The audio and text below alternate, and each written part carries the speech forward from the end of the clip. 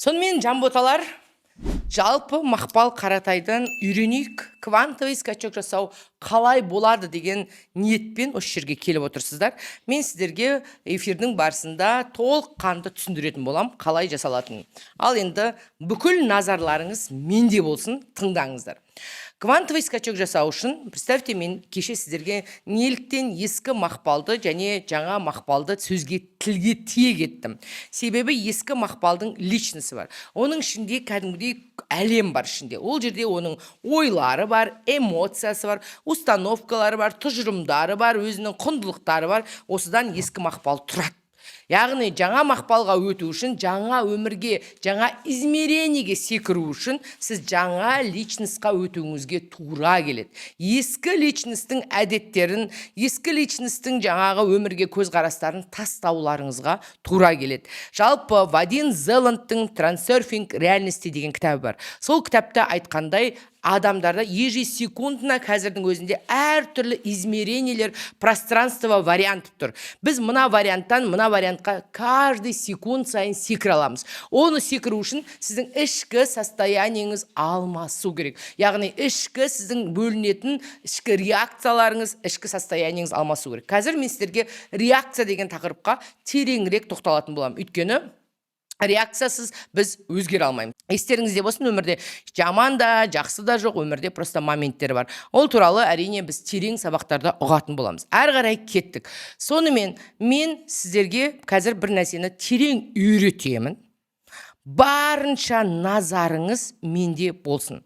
Адамның басына күнде ой келеді. 70.000 ой келеді. Ол менің сөзім емес, ол ғалымдардың дәлелі. Яғни біздің 70.000 ой не істейді? Біздің басымызда күнделікті айналып жатады. Мынау бізде ми деген аппарат бар, Ол аппаратымыз біздің на полную катушку жұмыс істемейді аппарат.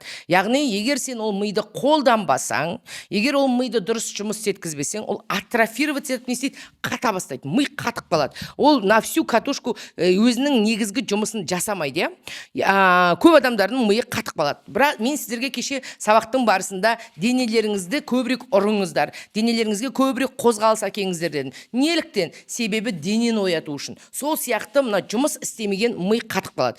Күнделікті ойлар, қараңыздар, сіздердің бастарыңызға ешқандай сіздің нұсқау беруіңізсіз-ақ өздігінен ойлар келіп атады. Өзінен өзі сіздің не істейді? Ум самый чувствительный біздегі басымызда тұрған аппараттың бірі. Ол сөйлей береді. Қазір мына жерде бір музыка болса, жастық шағымызда болған, ол соған байланысты мынандай музыка деген ойда келеді. Соған сәйкесінше сол жастық шағымыздағы сезімдерді біз не істейміз? Сезіне бастаймыз. Яғни ол өздігінен әр нәрсеге реакция береді, әр нәрсеге сөйлейтін, әр нәрсені жаман, жақсы, үнсіз қалмайтын, сөйлеп тұратын аппарат.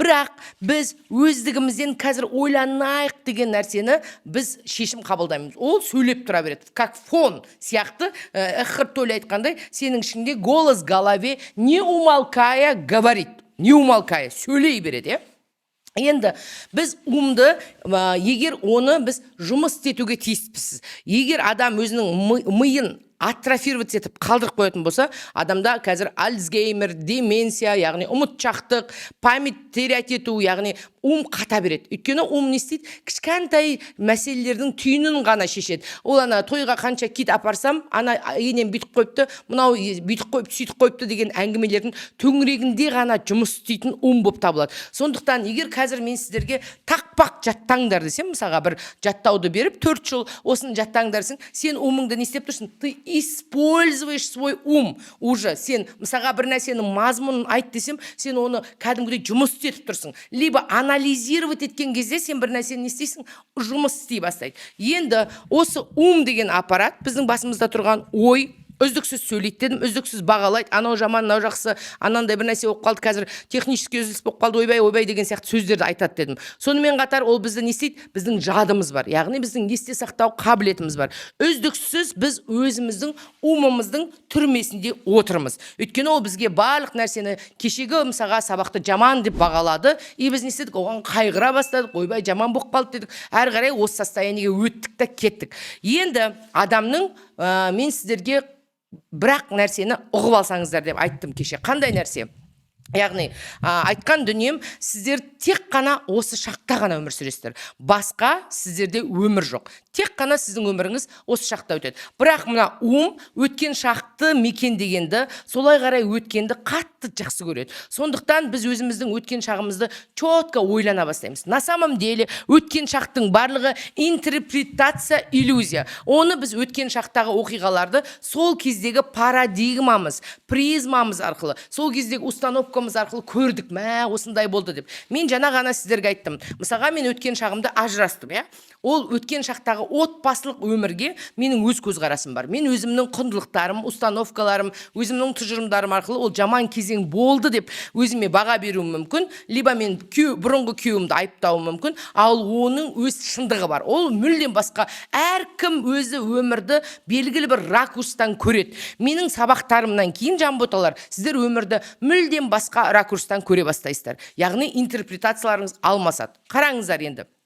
Как только сізді психологическое время деп аталады, как только сізді өткен шаққа қарай әкетіп бара жатыр, уже сіз автоматом өткен шақты шарлап ойланып жатсыз, мы мягко себя возвращаем. Мен сіздерге айтам, тек қана менің сабақтарымда үйретілетін дүниелердің бірі, ол өзіңе деген бережная любовь, отношение. Яғни біз өз-өзімізбен ұрыспаймыз. Сен неге өткен шақты шарлап кеттің, оңбағансың деген сөз айтпаймыз. Как только сіз өткен шаққа қарай ойыңыз кетіп бара жатқан кезде дыханиеға назар аударасыз. Міне, дыханиеңізға назар аударыңыз, яғни қалай демалып тұрғаныңызға назарыңызды аударыңыз. Көп адамға дыханиеға назар аудар деген сөз өте миына жетпейді. Мақпал Қаратай не айтып кетті, қайықтың дыханиясы дейді.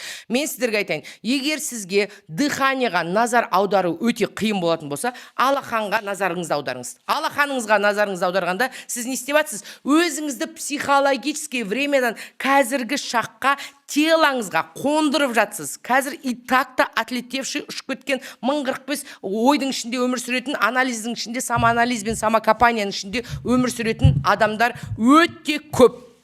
Енді қараңыз, мен жаңа сабақтың осы үзіліске дейінгі барысында айттым.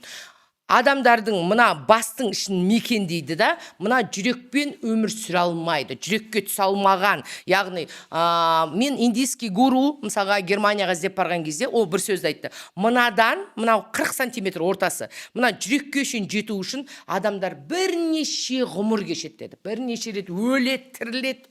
Бірақ екінің біріне бұйырмаған бақ, мына жүрекпен өмір сүру, бастан жүрекке түсу. Менің өзге де ұстаздардан айырмашылығым неде десеңіздер, мен просто өзімді мына жүрекке қадап тастаған. Фокусым тек қана дыханиеда болды. Мені невозможно, мысли не могут меня увести. Алып кете алмайды. Яғни олардың ондай билігі жоқ. Билік менің өзімде ғана. Фокусым осы жерде тұрады. Сол ғана. Енді қараңыздар, Египетте осындай оянудың мектептері болған. Сол кезде адамдарды, либо монахтарды, либо шәкірттерді все время жүрекке өтуге, все время дыханияға назар аударуға, өзіңнің фокусыңды осы шаққа қарай қондыруға кәдімгідей годами үйреткен. Мен бұл нәрсені годами практикую. Бір күнде келген жоқпын. Яғни, менің мысалға мына ой алып кетеді, 10 минут кетіп қалғам. Қайда кетіп қалғам белгісіз. Ішінде накручивать етіп, ойдың ішіне кіріп кеткем. Ой алып кетуі мүмкін мысалға.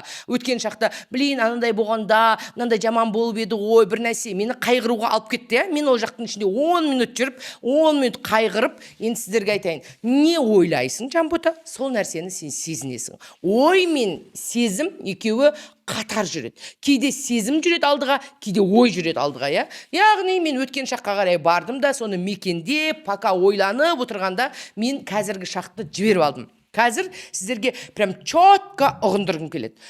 Барлықтарыңыз Құдайды іздеп жүрсіздер. Құдаймен қауышқыларыңыз келеді. Құдай только қазіргі шақта ғана. Құдай психологический времяда емес. Енді біз өткен шақтан, егер сіз өткен шақтан ақырын мякқа қайтарсаңыз, тағы бір баратын мекені бар. Ол қандай десеңіз, ол әрине болашақ. Яғни болашаққа байланысты қорқынышты ойлар саған келе бастайды. Таңертең ұйқыдан тұрған кезде сен ойлайсың, "Йоп, пашамайт, мен осы айда мынау, аренданы жаба алмай қалуым мүмкін. Либо осы айда мен ақша таба алмай қалуым мүмкін." Сені әлі болмаған, әлі келмеген дүние қорқытып, сені не істейді? Как марионетка түрмесінде ұстайды. Сен уже сол ойдың ішіне кіресің да, күндіз-түні, "Ё-моё, қазір не істеймін деп сен уже выживанияға кіресің. Уже сенде кнопка выживания басталады. Сен как только болашақты ойлай бастадың, қазір мен ақшаны таба алмай қалсам қайтеді, анау нәрсені, сен уже Құдайға сенбейсің, өйткені сен чудаға сенбейсің, и сразу сол оймен өзіңді страдать еткізесің да, и соған сәйкес әрекеттерге көшесің. Қандай әрекеттер? Сенің ішіңде ақша болмай қалады деген программа көтерілді, и соған сәйкесінше сен жан таласып, любой жұмысқа дайынсың, любой нәрсеге өзінен өзің не ішіп отырғанды білмейсің, не жеп отырғанды білмейсің, балаларыңмен сөйлесе алмайсың, өйткені все время сен не істеп жүрсің? Ақшаны ойлап жүрсің. Все время сен ақшаны қайдан табам деген страданияға айналайын, жамботалар, мен кәдімгідей 20 жылымды арнаған адаммын. Все время мен сояққа қарай кіріп кете беремін. Мен өткен шақты аса қызықпаймын, мен үнемі қорқыныштың ішінде, қазір ақшасы қалып қалам, енді қайттым, енді биттім. Соның ішінде мекендеген сайын ақшасыздық не істеді? Менің маңдайымнан ұра берді. Все время менің өмірімде реальностымда ақшасыздық, қиналу, қаржы жабу, анадан шығу, мынадан шығу. Сондықтан одан құтылудың жалғыз жолы дыханияға назар аударамыз. Қазірдің өзінде сіздің басыңыздағы неше түрлі ойлар сізді алып кеткісі келеді. Дәл көп адамдардың әлі фокусымен дос емес екендігін, не сфокусированный екен, шашылып қалған, даже бірақ вниманиеден, бірақ взглядтан байқауға болады. Яғни адамдар әртүрлі ойларын алып кете береді. Кто не управляет своим вниманием, тот не управляет своей жизнью, дейді. А кто управляет своим вниманием, тот управляет своей жизнью, дейді. Қазір дыханияға назарыңызды аударыңыз. Сол кезде сіз неге түстіңіз? Жүрекке түстіңіз, тәнге түстіңіз. Мына бастан сізді үнемі шектеулі, менің басым ограниченный, ауылдан шыққан, орыс тілін білмейтін, ештеңке көрмеген, яғни мен бастан не істедім? Телаға түстім. Дыханияға назар аудару арқылы мен теламмен не болып жатыр? Контакт болып жатыр. Яғни өзімнің тәнімді толық сезіп жатырым деген сөз. Сондықтан все время енді дыханияда отырсыз. Мен сіздерге бір нәрсені айтқым келеді. Бір притча бар. Мен ол притчаны часто айтам. Бірақ сіздерге тағы да мәрте қайталап айтуға дайынмын. Қандай притча десеңіздер, мысалға қараңыздар. Құдай сенің үйіңе 1000 мәрте келеді. 1000 мәрте келеді Құдай сенің үйіңе. Бірақ сен үйіңде жоқсың дейді. Өйткені сен қайдасың? Ойдың ішінде, либо өзіңнің автоматизированный программаның ішінде. Біз қазір программаларға кішкене тоқтала кететін болам, өйткені сіздерге ол қатты маңызды деп ойлаймын, программалар. Енді Құдай сен келген кезде үйіңде жоқсың дейді.